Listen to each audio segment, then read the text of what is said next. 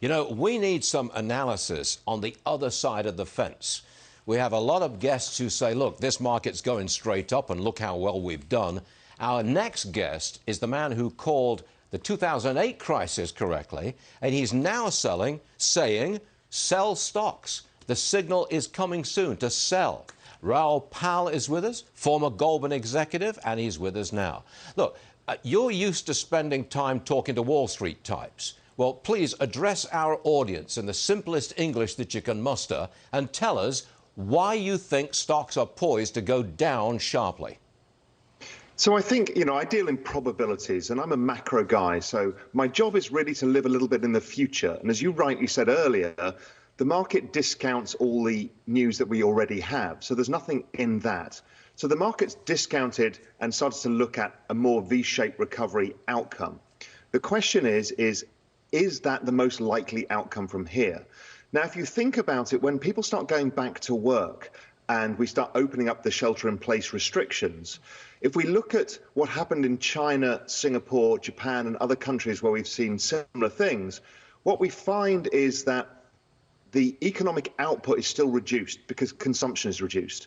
I mean, basically, if you go to restaurants, there's going to be some sort of reduction in the number of people who go to restaurants, or restrictions in the number of people or the density of people that can go into restaurants.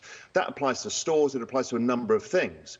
So the reality is even though we get a bounce back, the question is does that drive year-on-year GDP growth positive, or does it remain negative for a period of time?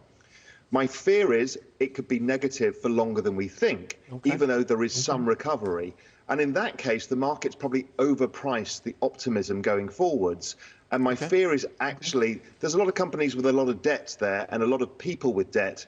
And if revenues don't match what they need, then we have that shortfall, and that could lead to more insolvencies, and that takes time to play out. Raoul, that's very good. Plain English with a British accent. That is excellent. Thank you very much, sir. Raoul, I've got 30 seconds left, and I want you to tell me why you think Bitcoin is going to get to $1 million per coin in 3 to 5 years.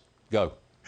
It's all about the stresses we're putting on the monetary system with so much printing of money by all the central banks around the world, and the movement by central banks towards digital currencies. The digital future is looming large. And I think it has a great risk reward. Even if it goes down 50%, it has a huge upside.